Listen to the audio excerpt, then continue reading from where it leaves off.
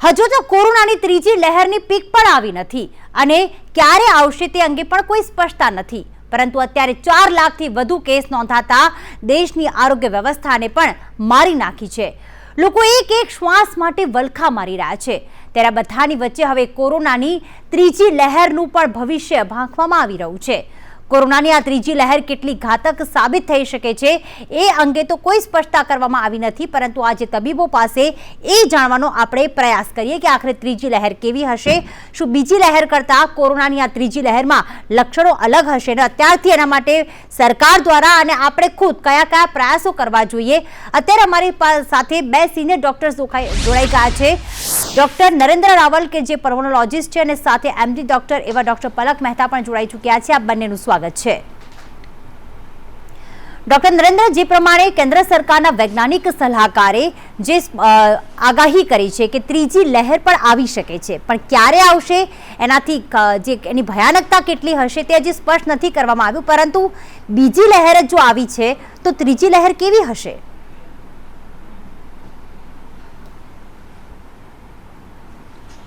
એટલે આપણું અનુમાન બેન સાચું છે કે વિજયને જે કંઈ અનુમાન કર્યું છે એ અત્યારના ડેટા ઉપરથી કર્યું છે. જેમ આપણે ભૂકંપની આગાહી કરીએ છીએ, સુનામીની આગાહી કરીએ છીએ, જ્વાળામુખી ફાટવાની આગાહી કરીએ છીએ, એ પ્રમાણે આ આગાહી થયેલી છે. અને આગામીને ધ્યાન રાખવાની જરૂર છે, એને ગંભીરતાથી લેવાની જરૂર છે. સમાજમાં જે લોકો જેને કોરોના ઇડિયટ કહે છે એ બધા ફરી રહ્યા છે, એ બધાએ સુધરવાની જરૂર છે. માસ્ક પહેરવાની જરૂર છે, ડબલ માસ્ક પહેરવાની જરૂર છે. બેન, થોડા સમય પહેલાં છે ને એક લેન્સેટે કે જે ડૉક્ટરોનું એક અગત્યનું મેગેઝિન બુલેટિન કહેવાય છે, લંડન યુકેથી એ પ્રસારિત થાય છે, એને એવા ડેટા આપ્યા કે કોરોના આપણે અત્યાર સુધી એવું માનતા હતા કે ડ્રોપલેટથી એટલે મોઢાની અંદર જે પાણીના નાના નાના કણો નીકળે છે એ પાણીની વરાળથી ફેલાય છે એવું અત્યાર સુધી આપણે માનતા હતા. પણ આ લેન્સેટે 39 પત્તાનો એક એવો અહેવાલ વિશ્વને આપ્યો છે કે આખું વિશ્વ ચોંકી ગયું છે. એમને એવું કહેવું છે કે આ જે કોરોનાનું ઇન્ફેક્શન છે ને એરબોર્ન ઇન્ફેક્શન છે. એટલે આપણે ઉશ્વાસ જે બહાર કાઢીએ છીએ વાત કરતી વખતે, બોલતી વખતે, ભાષણ આપતી વખતે, બગાચા ખાતી વખતે, છીંક ખાતી વખતે જે હવા બહાર કાઢીએ છીએ એનાથી આ રોગ ફેલાય છે. એટલે 2 ગજની દૂરી કરતાં અત્યારે હવે છે ને 10 ગજની દૂરી રાખવી જરૂરી છે. ડબલ માસ્ક પહેરવા જરૂર છે. કામ વગર ઘર બહાર નીકળવું નથી. આપણે સમાજમાં જે કોરોના ઇડિયટ જોઈ રહ્યા છે, માસ્કમાં કાં તો નાક ખુલ્લું રાખે છે, નાકને મોઢું ખુલ્લું રાખે છે અને દાઢી ઉપર માસ્ક લગાવીને ફરે છે. આ બધા લોકો જે રોગ ફેલાવે છે એનાથી આપણે સેકન્ડ વેવ જોઈ રહ્યા છે. કોરોનાનો મ્યુટન્ટ એટલે કોરોનાના દવાઓથી એ ચેતી જાય છે અને વધુ રીઢો થાય છે. આ સેકન્ડ વખત જે ઇન્ડિયન સેકન્ડ મ્યુટન્ટ કે થર્ડ મ્યુટન્ટ આવ્યું છે ને એ પહેલાં મ્યુટન્ટ કરતાં બહુ રીઢું થઈ ગયું છે. એ સામાન્ય દવાઓથી અસર પણ કરતું નથી. અને જે કોરોના પહેલાં જે શરીરમાં ફેફસામાં 5 થી 7 દિવસ લાગે તે આ બીજા દિવસે ફેફસામાં પહોંચી જાય છે. પહેલાં આપણે એવું કહેતા હતા કે ગળાની અંદર અને છે ને નાકની અંદર એ વાયરસ રહે છે. અત્યારે એવું લાગે છે, એવું માનવામાં આવે છે કે virus direct lower respiratory tract એટલે ડાયરેક્ટ ફેફસામાં એટેક કરે છે, જેના હિસાબે આટલા બધા દર્દીઓનું ઓક્સિજન ઓછું થઈ રહ્યું છે. તમે જુઓ અત્યારે માર્કેટમાં ઓક્સિજન નથી મળતો, વેન્ટિલેટર નથી મળતા, ઇન્જેક્શન નથી મળતા. પહેલાંના પ્રમાણમાં અત્યારે 10 ગણા કેસો વધ્યા છે. એટલે જો આપણે થર્ડ વેવની પછી આમાં વાત કરીશું, પણ આપણે નહીં સુધરીએ, ગવર્મેન્ટ કડક નહીં થાય, આપણે હોસ્પિટલો ઊભી નહીં કરીએ, ઓક્સિજનની વ્યવસ્થા ઊભી નહીં કરીએ, અને હવે તો બેન વેન્ટિલેટર એટલા બધા જોશે ને કે આપણા અનુમાન બહારની વાત છે. બિલકુલ ભયાનકતા તો વધારે હશે. ડોક્ટર નરેન્દ્ર, આપણે આગળ પણ ચર્ચા કરતા જ રહીશું. ડોક્ટર પલક, જે પ્રમાણે આપણે બીજી લહેર આવી ને કોરોનાની, તો એમાં કેટલાક લક્ષણો ઉમેરાયા હતા. શરદી, ખાંસી, તાવ તો હતો જ, પણ હવે આંખો બળવી, શરીર ઉપર લાલ લાલ ડાઘા પડી જવા, અને હવે તો કેટલાક લક્ષણો એવા હોય છે કે ઝાડા ઉલટી પણ થઈ જતા હોય છે. તો શું જ્યારે ત્રીજી લહેર આવશે તો શું આ લક્ષણો તો હશે, બીજા લક્ષણો પણ એમાં ઉમેરા છે?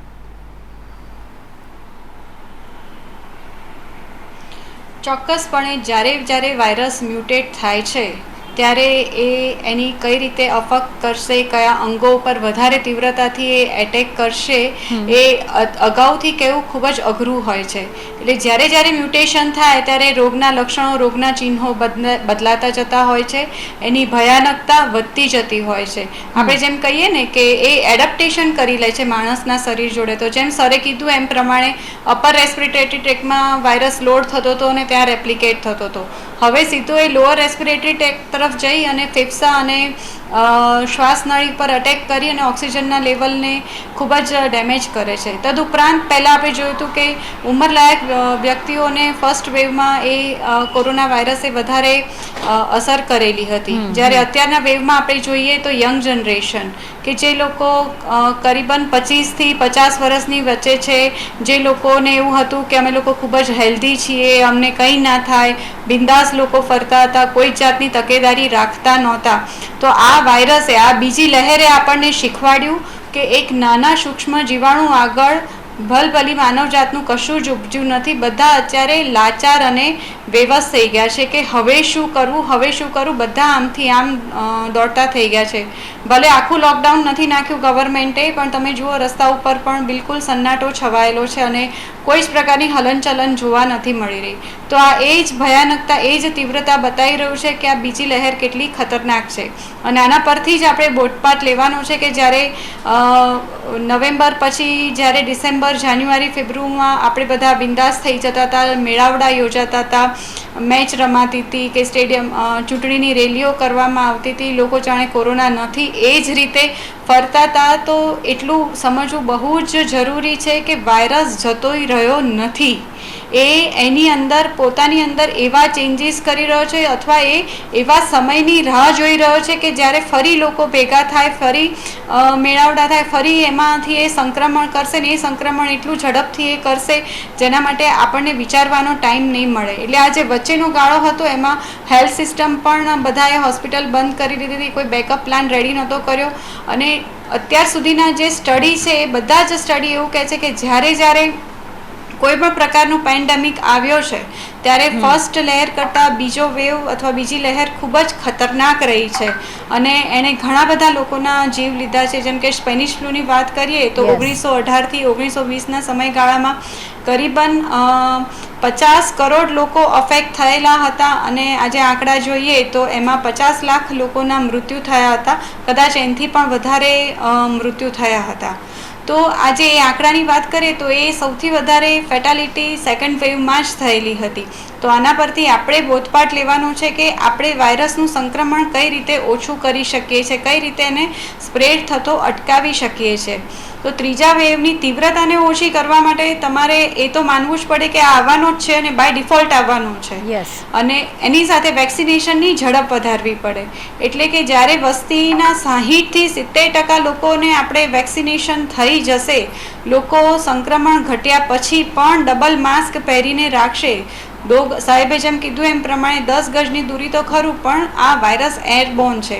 એટલે જે લોકો દાઢી પર માસ્ક પહેરે છે એમને સ્ટ્રિક્ટલી નાક ઉપર માસ્ક પહેરવાની આદત નાખવી જ પડશે ને તો જ તમે વાયરસને સંક્રમિત થતા અથવા પોતાની જાતને સંક્રમિત થતા અટકાવી શકશો. અને એનું સૌથી મોટું ઇમ્પોર્ટન્ટ સ્ટેપ છે વેક્સિનેશન. એટલે એના પર જો ભાર દેવામાં આવશે તો જ તમે ત્રીજી લહેરને હળવી કરી શકશો અથવા એના દ્વારા જે નુકસાની થઈ રહી છે, જે ફેટાલિટી થઈ રહી છે એને અટકાવી શકશો. બિલકુલ. આજે સુપ્રીમ કોર્ટે પણ ખાસ કહ્યું કે સરકારે વ્યવસ્થા કરવાની જરૂર છે. ને શું વ્યવસ્થા છે? ને સરકાર વ્યવસ્થા કરવાની જરૂર છે ને લોકોએ વધુ જાગૃત થવાની જરૂર છે. ત્યારે ડૉક્ટર નરેન્દ્ર, અહીંયા એક પ્રશ્ન એ થાય કે જ્યારે કોરોનાની પ્રથમ લહેર આવી હતી ગયા વર્ષે, ત્યારે જેમને ડાયાબિટીસ હોય અથવા તો શ્વાસને લગતી બીમારી હોય એ લોકો વધારે સંક્રમિત થતા હતા. બીજી લહેરમાં એવું જોવા મળ્યું કે એ લોકો તો સંક્રમિત થયા, પણ સાથે સાથે યંગ જનરેશન કે જેમને ડાયાબિટીસ, બ્લડ પ્રેશર કે શ્વાસને લગતા કોઈ પણ પ્રકારની કોઈ બીમારી હતી નહીં, એ લોકો પણ સંક્રમિત થયા. શું ત્રીજી લહેરમાં સૌથી વધારે સ્વસ્થ લોકો હશે કે જેમણે 1.5 થી 2 વર્ષ આ કોરોનાના કાળમાં હેલ્ધી ફૂડ ખાધું હશે, બધી જ વસ્તુનું ધ્યાન રાખવું હશે ત્યાં સુધી, કે બાળકો પણ સંક્રમિત થઈ શકે છે ખરી?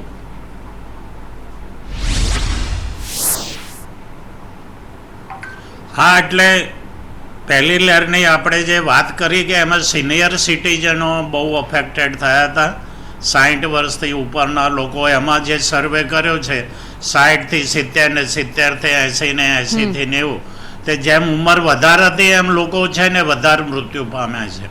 અને કોમોર્બિડ કન્ડિશન કે જેમને પહેલાંથી શરીરમાં ડાયાબિટીસ છે, બ્લડ પ્રેશર છે, હૃદયના રોગો છે, કિડનીના રોગો છે, જેમની ઇમ્યુનિટી ઓછી છે, ખાસ કરીને તો ફેફસાના જે રોગો છે. ગઈકાલે વર્લ્ડ અસ્થમા ડે હતો, એટલે દમના દર્દીઓ, COPDના દર્દીઓ, ફાઇબ્રોસિસના દર્દીઓ, રૂજાઈ ગયેલા ટીબીના દર્દીઓ, કેન્સરના દર્દીઓ, જે કેન્સરની દવા લે છે, જેમને કિડની ટ્રાન્સપ્લાન્ટ કરાવી છે, લીવર ટ્રાન્સપ્લાન્ટ કરાવ્યું છે, જે હાર્ટ એટેકના દર્દીઓ છે, આવા બધા દર્દીઓને છે ને કોરોનાની અસર વધારે થતી હતી ને એનો મૃત્યુઆંક વધારે હતો.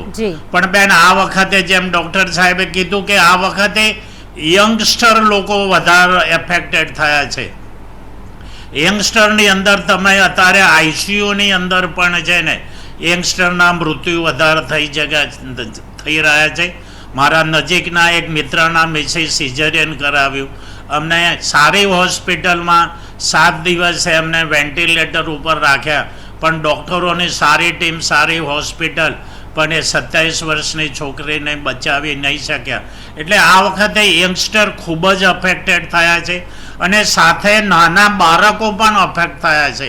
પીડિયાટ્રિશિયનો પહેલાં ફર્સ્ટ વેવમાં એટલું બધું કામ નહોતું, પણ અત્યારે બેન નાના બાળકો એટલા બધા અફેક્ટ થઈ ગયા છે. એટલે બેન, જેમ આપણે પહેલાં ડૉક્ટરો જે અમે શરૂઆતમાં ગયા માર્ચ એપ્રિલમાં કોરોનાના દવા વિશે બહુ 20-30% જાણતા હતા, અત્યારે અમે 90% જાણતા થયા છે. એટલે વાયરસ પણ છે ને પહેલાં કરતાં ડાયો થયો છે. પહેલાં જે હતો એના કરતાં એ 70% વધારે ડિટેલ થયો છે. એટલે અમે જે એને મારવા માટેના સ્ટેપ પેદા કરીએ છીએ ને એના કરતાં એ વધારે સશક્ત થઈ રહ્યો છે, શક્તિમાન થઈ રહ્યો છે. અને સમાજ અને દેશ અને આપણે બધા જ એમાં આપણી પોતાની પણ જવાબદારી છે, ગવર્મેન્ટની પણ જવાબદારી છે. એ બધું જે આપણે ભૂતકાળમાં મેચો ને રેલી ને કુંભ મેળો ને બધું કર્યું છે ને એ બધાનું ફળ અત્યારે ભોગવી રહ્યા છે. હજુ પણ બેન આપણે બધા લોકો નહીં સુધરે અને હજુ આપણે બિંદાસ ફરીશું ને તો થર્ડ વેવ તો એવો આવશે કે અત્યારે એવું કહેવાય છે કે આપણા કુટુંબની આજુબાજુમાં નજર નાખો ને તો 15-20 જણાને કોરોના થયો છે ને 1-2 મૃત્યુ પામ્યા છે, એવા દાખલા છે. પણ થર્ડ વેવની અંદર જો અત્યારથી ગવર્મેન્ટ પ્લાનિંગ નહીં કરીએ ને ખરેખર તો સુધારવાની આપણે જરૂર છે બેન. પહેલાં લોકોએ સુધારવાની જરૂર છે ને આપે જેમ કીધું ને કે હાર્ડ ઇમ્યુનિટી ત્યારે જ આવે કે 70% લોકોને કાં તો રોગ થઈ ગયો હોય કાં તો એમને વેક્સિન લઈ લીધું હોય. આ બંને જણા ભેગા થઈને 70% થાય ને તો જ આ રોગ નાથવામાં આવે છે. વેક્સિનેશન ઉપર સખત ભાર મૂકવાની જરૂર છે. વેક્સિનેશન ડરવાની જરૂર નથી, વેક્સિનેશન લેવાનું છે. અને આપે જેમ કીધું કે આપણે બધાએ પોતાની ઇમ્યુનિટી, સારો ખોરાક લઈને, તંદુરસ્ત ખોરાક લઈને, આપણો ગુજરાતી ખોરાક લઈને આપણી ઇમ્યુનિટી વધારવાની જરૂર છે. વેક્સિન લેવાની જરૂર છે, ઘરમાં બેસી રહેવાની જરૂર છે. તો આપણે બધા થર્ડ વેવ સામે છે ને જજુમી છકવા માટે સક્ષમ હોઈશું. બિલકુલ, ત્રીજી લહેર આવવાની છે એ તો નક્કી જ છે અને ખતરનાક હશે તે પણ ચોક્કસથી નક્કી જ છે. બસ સરકારે હવે એ ત્રીજી લહેર માટે વ્યવસ્થા કરવાની જરૂર છે, કારણ કે બીજી લહેરમાં જ જો તમામ લોકો હાંફી ગયા હોય, જો તમામ વસ્તુ ખૂટી પડી હોય, તમામ સુવિધા ખૂટી પડી હોય, તો ત્રીજી લહેરમાં તો આખરે કેવી અસર થઈ શકે છે તે કદાચ આપણે કલ્પના જ કરી શકીએ. પણ આપણે પોતે જ શરૂઆતથી જ જાગૃત રહેવાની જરૂર છે. આજે સંદેશ ન્યૂઝમાં આપણે વાત કરી રહ્યા છીએ ત્રીજી લહેર કેટલી ઘાતક હોઈ શકે છે. બ્રેક પહેલાં તબીબોએ કહ્યું કે બહુ જ ખતરનાક હશે, બહુ જ ઘાતક હશે. સરકારની વ્યવસ્થાની સાથે સાથે લોકોએ સતર્કતા અને જાગૃતતા પણ રાખવાની જરૂર છે. પણ ડૉક્ટર પલક, એક વાત અહીંયા થાય છે કે કોરોનાની દવા કોઈ નથી શોધાઈ. જે પ્રમાણે લક્ષણો હોય છે તે પ્રમાણેની ટ્રીટમેન્ટ કરવામાં આવે છે. જો ઓક્સિજન લેવલ ઓછું થાય, ફેફસા થોડા નબળા થાય તો ફેફસાને સ્ટ્રોંગ કરવાની દવા સ્ટેરોઇડ્સ છે કે પછી રેમડેસિવિર જેવી દવાઓ આપવામાં આવે છે. ત્રીજી લહેરમાં જો વધુ લક્ષણો ઉમેરાય છે, કોરોનાની દવા નથી આપણી પાસે, માત્ર વેક્સિનેશન વિકલ્પ છે. આ ત્રીજી લહેરનો સામનો આપણે કઈ રીતે કરીશું?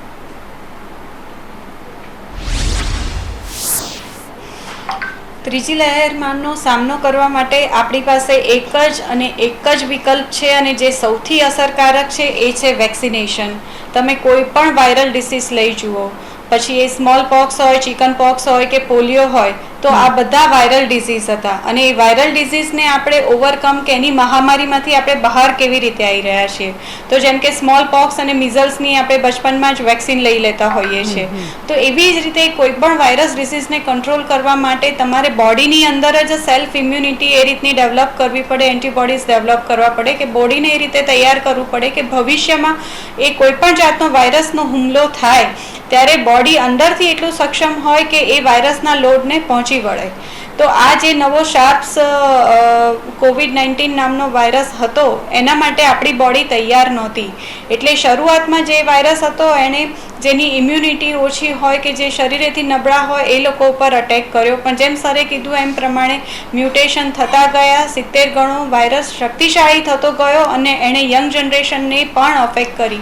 એટલે એઝ સચ કોઈ પણ વાયરલ ડિઝીઝમાં એન્ટીવાયરલ દવાઓનો સાયન્ટિફિકલી એવો કોઈ બહુ મેજર રોલ નથી. બધા સિમ્ટોમેટિક જ ટ્રીટમેન્ટ કરતા હોય છે. એન્ટીવાયરલ દવાઓની સાઇડ ઇફેક્ટ વધારે હોય છે.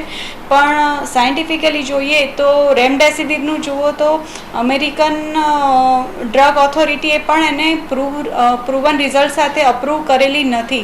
આ તો આપણે શરૂઆતના અમુક કેસીસમાં જ્યારે નવેમ્બરમાં વેવ આવેલો ત્યારે જે લોકો કોમ્પ્રોમાઇઝ હતા, કોમોર્બિડ કન્ડિશન હતી, એ લોકોમાં રેમડેસિવિરનો ઉપયોગ કરવામાં આવ્યો અને એના ઘણા સારા રિઝલ્ટ મળ્યા. એટલા માટે સેકન્ડ વેવમાં પણ આપણે રેમડેસિવિર કરી અને પણ કોઈ પણ દવા જુઓ, આજે એન્ટી ઇન્ફ્લામેટરી છે, સ્ટેરોઇડ છે, રેમડેસિવિર છે, ટેસ્ટિલિઝિમાબ છે, એ કયા તબક્કે કઈ દવા આપવી એ ડિસિઝન ડૉક્ટર ઉપર જ છોડવું જોઈએ અને કોઈ પણ ડૉક્ટરને એના માટે પ્રોપરલી કન્સલ્ટ કરવા જોઈએ. એટલે એન્ટીવાયરલ દવાઓનો બેફામ ઉપયોગ શરીરમાં ઘણી બધી સાઇડ ઇફેક્ટ પણ નહોતે છે. એટલે અત્યારે જો તમે જોઈએ તો દવાઓ લીધા પછી પણ એની જે કોન્સિક્વન્સીસ છે, જેમ કે હૃદયની નળીઓ બંધ થવી, ક્લોટ થવા અથવા એટેક આવવો અથવા સ્ટ્રોક થવો, તો એવી બધી ઘણી સાઇડ ઇફેક્ટ જોવા મળે છે. અને આ જે નવી દવાઓ માર્કેટમાં ઇન્ટ્રોડ્યુસ થઈ છે કે જેના પર આપણે રિસર્ચ નથી થવામાં આવ્યો અથવા એમની લોંગ ટર્મ સાઇડ ઇફેક્ટ શું છે એનું સ્ટડી થવામાં નથી આવ્યું, અને તેમ છતાં પણ માર્કેટમાં લોન્ચ થઈ ગઈ છે just because of the crisis, just because of the circumstances. તો એની કોન્સિક્વન્સીસ ફ્યુચરમાં શું થશે એ પણ આપણે જોવાનું રહેશે. તો આ સાથે ઘણા બધા ફેક્ટર્સ છે, જુઓ ને તો પણ સૌથી ઇમ્પોર્ટન્ટ છે સેલ્ફ ડિસિપ્લિન. આજે તમે કોઈ પણ કન્ટ્રી ગણો, પછી એ ન્યૂઝીલેન્ડ ગણો કે ઓસ્ટ્રેલિયા ગણો કે ઇઝરાયલ ગણો, તો આજે એ દેશો પોતાની દેશમાં આવેલી આ મહામારી અથવા પેન્ડેમિકમાંથી બચી ગયા કે એમનામાં એટલું નુકસાન નથી થયું. એનું એક જ કારણ છે કે તમે શિસ્ત જાળવી, સ્વયંભૂ શિસ્ત, જેમાં આવે છે 3 નિયમોનું એમણે સ્ટ્રિક્ટલી પાલન કર્યું છે. એક છે સોશિયલ ડિસ્ટન્સિંગ, બીજું છે માસ્ક અને ત્રીજું છે સેનિટાઈઝર, અને હવે ચોથું છે વેક્સિનેશન, જેના માટે આપણે સંપૂર્ણપણે ગવર્મેન્ટ ઉપર ડિપેન્ડ છીએ. તો આ એક બાકીના 3 સ્ટેપ છે જે આપણે ડેફિનેટલી આપણી રીતે કરી શકીએ એમ છે. પણ ચોથા સ્ટેપ માટે ગવર્મેન્ટને પણ હવે ખબર પડી ગઈ છે, એટલે એ લોકો પણ હવે એ દિશામાં સક્રિય હશે. એટલે જો આપણે આ 3 સ્ટેપનું ફોલો કરીએ, સ્ટ્રિક્ટલી ફોલો કરીએ, પોતાનામાં જ શિસ્ત લાવીએ અને બીજાને આપણી આજુબાજુવાળાને એજ્યુકેટ કરીએ અને જેમ બને એમ જલ્દી વેક્સિનેશન લઈએ, તો કદાચ આ ત્રીજી લહેર અને એનાથી ઉદ્ભવનારી ભયાનકતામાંથી આપણે બચી શકીએ એમ છીએ. બિલકુલ ડૉક્ટર નરેન્દ્ર, આપણે જાણીએ છીએ કે જે ડબલ મ્યુટેશન આવ્યું છે, આ બીજી લહેર જે આવી છે એમાં લંગ્સને તરત ઇફેક્ટ કરતું હોય છે. ઘણા લોકોને લક્ષણો દેખાતા તેઓ RT-PCR જો ટેસ્ટ કરાવે તો એ નેગેટિવ આવે, પણ CT સ્કેન આવે તો ઓલરેડી લંગ્સ 40 to 50% ડેમેજ થઈ ચૂક્યા હોય છે. એક એડવાઇસ આપની પાસે લેવી છે દર્શકો માટે કે લંગ્સને વધુ ઇફેક્ટિવ રાખવા માટે અને સાથે શ્વાસોશ્વાસની પ્રક્રિયા સારી રહે, આ ત્રીજી લહેરથી આપણે બચી શકીએ અને શ્વાસને લગતી કોઈ તકલીફ ન થાય તે માટે દરરોજ કયા પ્રકારની એક્સરસાઇઝ કરવી, કઈ વસ્તુઓનું ધ્યાન રાખવું?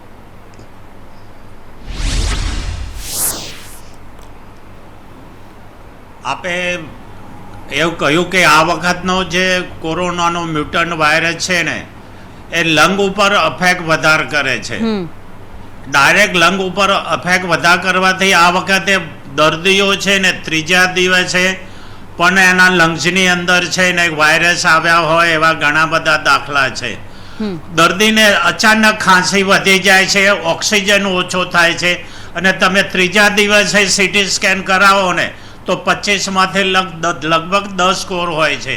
એટલે વાયરસ લંગ્સની અંદર આ વખતે વધારે અફેક્ટેડ કયો છે. એટલે આપણે ફેફસાને તંદુરસ્ત રાખવાના છે. ફેફસાને તંદુરસ્ત રાખવા માટે આપણી પાસે જે પ્રાણાયામ ને યોગાસનોની જે કંઈ છે ને જે ઓછી સ્પીડે થઈ શકે એવું છે. ટીવીમાં ઘણી વખત એટલી બધી સ્પીડે પ્રાણાયામ કરવામાં આવે છે કે વ્યક્તિ થાકી જાય છે. એટલે સામાન્ય રીતે જો ફેફસાને શ્વાસોશ્વાસની કસરત કરવી હોય તો શાંતિથી બેસીને ખુરશીમાં બેસીને અથવા પલાંટી વાળીને બંને નસકોરાથી શાંતિથી શ્વાસ લેવો છે.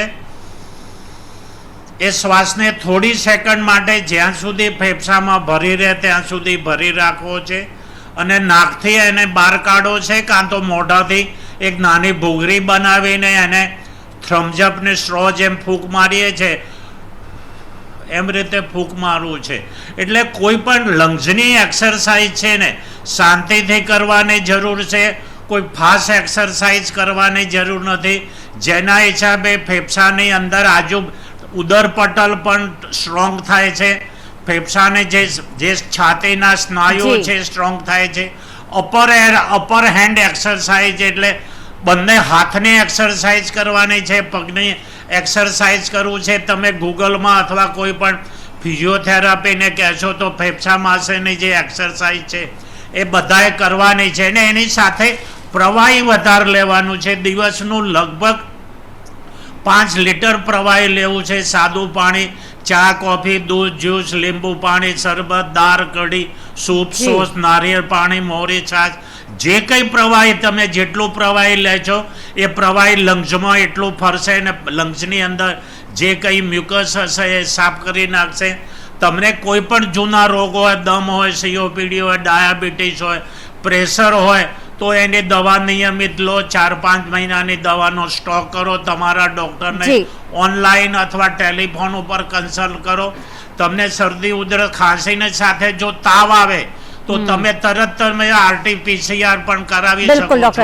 આપણે જેમ કીધું કે RT-PCR નેગેટિવ આવે છે ને છતાં પણ કોરોના હોઈ શકે છે કે બેન કોઈ વખતે શું છે RT-PCR ની જે શોપ છે નાકમાં બરોબર લગાવવામાં ફેરવવામાં આવે તો ઘણા દર્દીઓ પાછળ જતા રહે છે, ઘણા પહેલાથી ગભરાઈ જાય છે. એના હિસાબે શોપ બરોબર મ્યુકસ મેમ્બ્રેન ઉપર અડતો નથી એટલે RT-PCR નેગેટિવ આવે છે. ને બીજું 100% ટીબીના દર્દી હોય ને એમાંથી 30%ના લોકોને નેગેટિવ આવવાની શક્યતા છે. RT-PCR ની કીટ ઉપર પણ આધાર છે. એટલે RT-PCR એક વસ્તુ છે, સિટી સ્કેન સેકન્ડ વસ્તુ છે, લક્ષણો ત્રીજી વસ્તુ છે, અને કોરોનાનું જે કોરોના પ્રોફાઇલ કહીએ છીએ CBC, CRP, ડાયમર, એસ્પેરિટીન, LDH, આ બધાને ભેગા જોઈને ડૉક્ટરો છે ને કે અનુમાન કરે છે કે આને કેટલો રોગ છે અને તે પ્રમાણે દવા કરવાની છે. બિલકુલ, ડોક્ટર્સ કે એ જ પ્રમાણે સલાહ લઈને આપણે આગળ વધવાની જરૂર છે. પહેલાં તો આપણે લક્ષણો દેખાય તો તરત જ ટેસ્ટ કરાવવો જોઈએ. ખૂબ ખૂબ આભાર ચર્ચામાં ભાગ લેવા બદલ. તો ત્રીજી લહેર માટે સરકાર કેટલી તૈયાર છે એ તો આપણે વિચારવાનો પ્રશ્ન છે, પણ આપણે કેટલા તૈયાર છે એ આપણે પહેલાં વિચારવું જોઈએ.